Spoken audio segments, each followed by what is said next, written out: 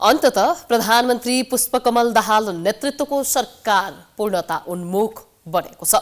23 सदस्यीय मन्त्री परिषद गठन हुँदासम्म विभिन्न पृष्ठभूमिबाट राजनीतिमा आएकाहरू समेटिएका छन्। केही सीमित विषय विज्ञले अवसर पाउँदा ज्ञान नै नभएकादेखि गणतन्त्र विरोधीसम्म दाहालका सारथी बनेका छन्।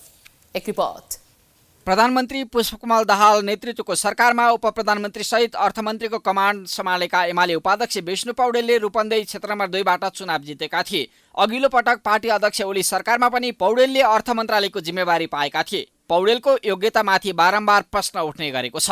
उपप्रधान एवं भौतिक पूर्वाधार मन्त्री बनेका नेकपा माओवादी केन्द्रका वरिष्ठ उपाध्यक्ष नारायण काजी श्रेष्ठ राष्ट्रिय सभा सदस्य हुन्। बारम्बार मन्त्रीका रूपमा परीक्षण भएका श्रेष्ठको कार्यकुशलतामा समेत प्रश्न अनगिन्ती छन्।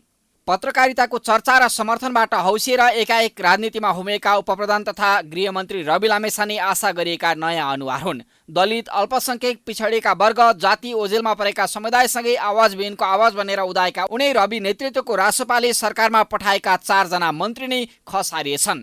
केही वर्ष अमेरिका बसेर उतैको नागरिकता र पासपोर्ट लिएका लामिछाने आफै अहिले नेपाली नागरिकता पुनः प्राप्तिको प्रक्रिया पूरा नगरेको विवादमा समेत मुछिएका पात्र हुन्। राजतन्त्र पुनर्स्थापना र हिन्दू राष्ट्रको एजेन्डा राख्दै राजनीतिमा उदाएको राप्रपाका अध्यक्ष राजेन्द्र लिङदेनले समेत उपप्रधान तथा ऊर्जा मन्त्रीका रूपमा प्रचण्ड सरकारमा सहभागिता जनाएका छन्। राज संस्थाको स्थापना, संघीयता खारेजीको मुद्दा उठाउँदै आएका लिङदेन संघीय लोकतान्त्रिक गणतन्त्र पक्षधर प्रधानमन्त्री प्रचण्डकै सरकारका मन्त्री बनेपछि आलोचना सुरु भएको छ। अर्कोतर्फ विवादित पृष्ठभूमिका पार्टी उपाध्यक्ष विक्रम पाण्डेलाई स्वार्थबाजी नै मन्त्रालयको मन्त्री बनाएर भ्रष्टाचार विरोधी अभियानलाई नै धज्जी उडाउने काम भएको छ। नेकपा एमालेका महासचिव शङ्कर पोखरेललाई हराउँदै दाङ क्षेत्र नम्बर 2बाट चुनाव जितेकी रेखा शर्माले सञ्चार तथा सूचना प्रविधि मन्त्रीको अवसर पाएकी छिन्। यसअघि समेत सामान्य प्रशासन मन्त्रीको जिम्मेवारी निर्वाह गरिसकेकी शर्मा सरकारको प्रवक्ताको भूमिकामा रहनेछिन्। 12 क्षेत्र नम्बर 3बाट निर्वाचित ज्वालाकुमारी शाहले कृषि मन्त्रालयको जिम्मेवारी पाएकी छिन्। उनी माओवादी केन्द्रबाट एमालेमा लागेकी नेत्री हुन्। बैतडीबाट 2070 सालको संविधानसभा, 2074 र 2079 सालको प्रतिनिधि सभा निर्वाचन जितेका दामोदर भण्डारीले उद्योग वाणिज्य तथा आपूर्ति मन्त्रालयको कमान्ड सम्हाल्ने अवसर पाएका छन्। उनले 2073 सालमा अर्थ राज्यमन्त्रीको जिम्मेवारी पाएका थिए। धनकुटा क्षेत्र नम्बर 1बाट चुनाव जितेका राजेन्द्र कुमार राईले पहिलो पटक मन्त्री बन्ने अवसर पाएका छन्। भूमि व्यवस्था तथा सहकारी मन्त्री बनेका राईले 2074 सालको निर्वाचनमा पनि सोही क्षेत्रबाट चुनाव जितेका थिए।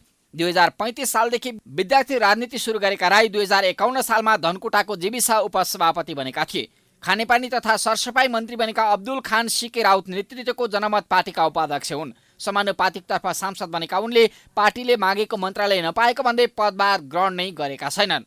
परराष्ट्र मन्त्रीको जिम्मेवारी सम्हालेकी नेकपा एमालेकी राष्ट्रिय सभा सदस्य डाक्टर विमला पौडेल राई परराष्ट्र मन्त्री हुने तेस्रो महिला बनेकी छिन्। 2036 सालमै कम्युनिस्ट विद्यार्थी राजनीति सुरु गरेकी पौडेलले 2052 सालदेखि विभिन्न राष्ट्रिय अन्तर्राष्ट्रिय परियोजनामा काम गरेकी छिन्। राष्ट्रिय सभामा 2080 को फागुनमा कार्यकाल सकिने पौडेलसँग 2070 सालमा राष्ट्रिय योजना आयोग सदस्यका रूपमा काम गरेको अनुभव समेत छ।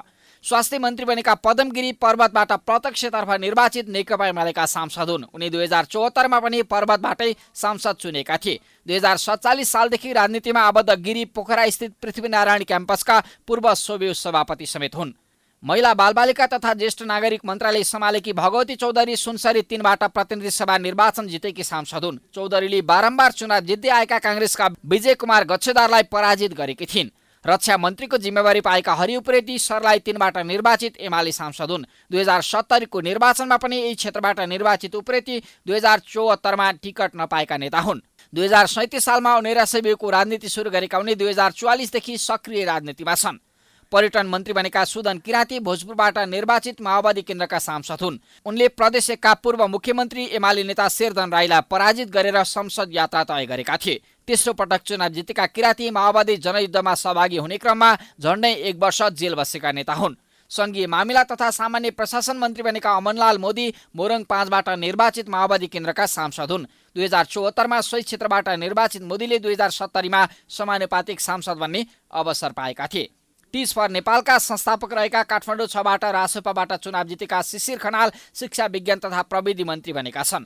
लामो समय शिक्षा क्षेत्रमा समस्या समाधानको अभियानमा काम गरेका खनालले नेपालको शैक्षिक क्षेत्रको सुधारमा योगदान दिने आशा गरिएको छ।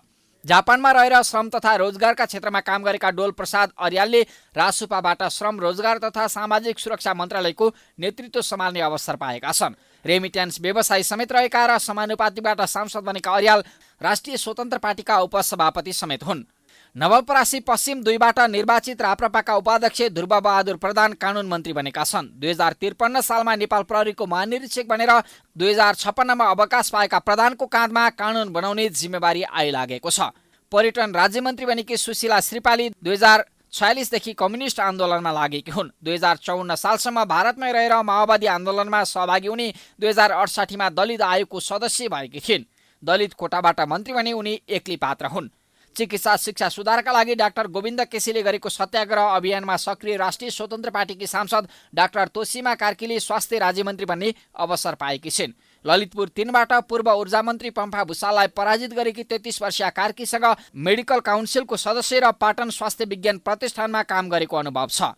ऊर्जा राज्यमन्त्री बनेका दीपक बहादुर सिंह मकवानपुर 1बाट निर्वाचित सांसद हुन्। उनले नेकपा एमालेको चुनाव चिन्ह लिएर उम्मेद्वार बनेका कमल थापा र काङ्ग्रेसका डिना उपाध्यायलाई पराजित गरेका थिए। गत वैशाखको निर्वाचनमा भने सिंह हेटौँडा उपमहानगरको मेयरमा पराजित भएका थिए।